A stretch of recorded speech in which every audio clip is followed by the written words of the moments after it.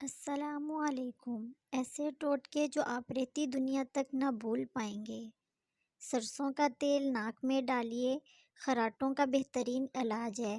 سرسوں کے تیل کو ڈراپر میں ڈال لیں، پھر اس کو روزانہ رات سوتے وقت 4 سے 5 قطرے ایک ایک کر کے ناک میں ڈالیے۔ یکدم نہ ڈالیے، صرف سرسوں کا تیل ڈالنا ہے، کوئی اور نہیں۔ کچھ عرصے میں یہ خراٹے ختم ہو جائیں گے۔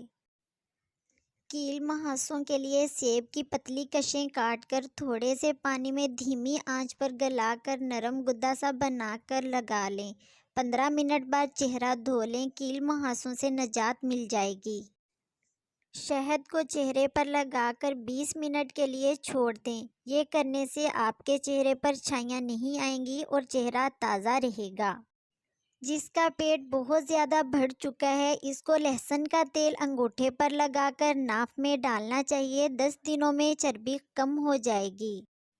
بالوں کی جڑوں میں نیم گرم زیتون یا تل کا تیل انگلیوں کے پروں سے اچھی طرح جذب کرنے کے بعد بالوں میں 2 عدد کیلے جو اچھی طرح گھوٹے ہوئے ہوں، سر میں اچھی طرح مل لیں۔ کچھ دیر بعد نیم گرم پانی سے دھو لیں۔ انشاءاللہ بال نرم و ملائم اور مضبوط ہو جائیں گے۔ اور اگر آپ نے ابھی تک ہمارے چینل کو سبسکرائب نہیں کیا تو ہمارے چینل کو سبسکرائب کریں، نیچے دیے گئے بیل آئیکن کو ضرور دبائیں۔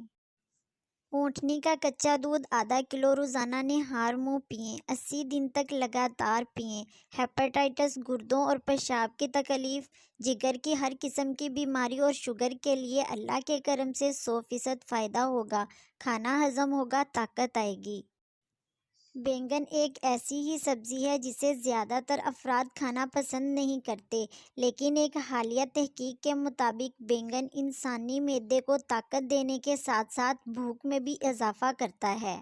بینگن کو گیس اور تیزابیت کے مریض بطور قبض کشا دوا کے استعمال کرتے ہیں۔ انسانی جلد کے لیے انتہائی مفید سبزی بینگن میں ایسے قدرتی اجزاء بھی کثرت سے پائے جاتے ہیں جو کینسر جیسے موذی امراض سے محفوظ رکھنے میں نہایت مددگار ثابت ہوتے ہیں۔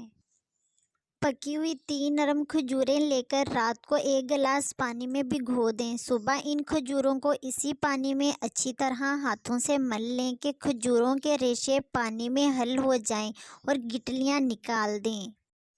مشروب تیار ہے، اس کو چسکی چسکی لے کر پی لیں۔ صبح نہار منہ استعمال کریں، چاہے تو دن میں 2 بار صبح و شام بھی بنا کر پی سکتے ہیں۔ روزانہ تازہ بنا کر استعمال کریں کیونکہ 12 گھنٹے کے بعد اس میں خمیر پیدا ہو جاتا ہے۔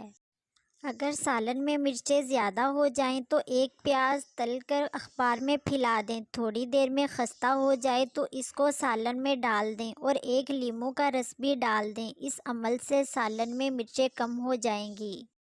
اگر معدے کو زندگی بھر تندرست رکھنا ہے تو کھانے کے بعد تھوڑا سا گڑ کھا لیا کرو۔